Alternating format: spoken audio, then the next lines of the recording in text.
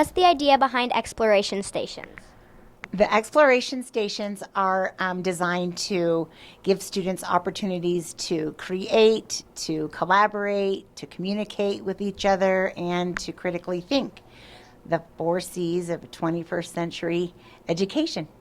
They have a chance to explore and play with whatever tool that they're given that time, so that they can kind of figure out some engineering principles on their own, and they can kind of figure out some of the science laws behind it. Before the day of the exploration stations, we prepare essential questions and also a list of questions to ask the students as they interact with the different materials. We're always trying to focus on a specific scientific idea, so energy or forces.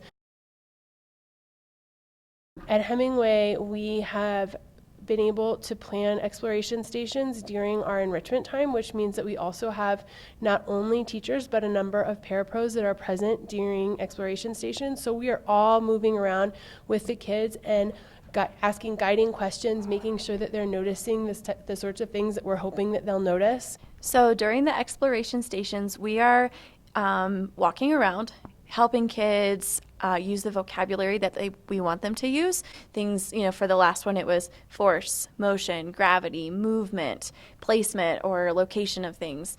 So as teachers, we're engaging, but we're not directing any of the learning, any of the exploration. We're there to guide them. I think exploration stations actually provides a really unique opportunity to actually watch students engage in those 21st century skills, so that we as teachers can observe them attempting to communicate and attempting to collaborate, and as we progress through the year, watch how students progress in those abilities through each exploration station throughout each month throughout the year. Well, my favorite part of exploration stations is the fact that the students are super excited, engaged, and the creativity involved in all the building that they're doing and working together collaboratively is very exciting and fun to watch. They don't even look up from what they're doing. My favorite part of exploration stations is watching the joy and the curiosity in the kids. It's just tangible, and you walk around and they're talking and they're loud, but it's all focused on the materials and the tools and the activities that they're doing, and listening to each other and asking each other questions, and it really is, the energy is just palpable. You can feel how excited they are and how much fun they're having, and I really believe that kids learn the most when they are having fun. So my favorite part about exploration stations is that all kids have access to what's going on. Every single student, no matter if they struggle in reading, in math, if they're a language learner, they can access our activities, they can have fun, they can problem solve, and there's just a sheer amount of joy that comes out of that space while kids are working together. I think just hearing the excitement coming from the lobby definitely perks my ears when I'm in the art room, and when I peek out there, I love seeing groups of students working outside the box. They all have these tools that they're familiar with, but they're using them in really new ways.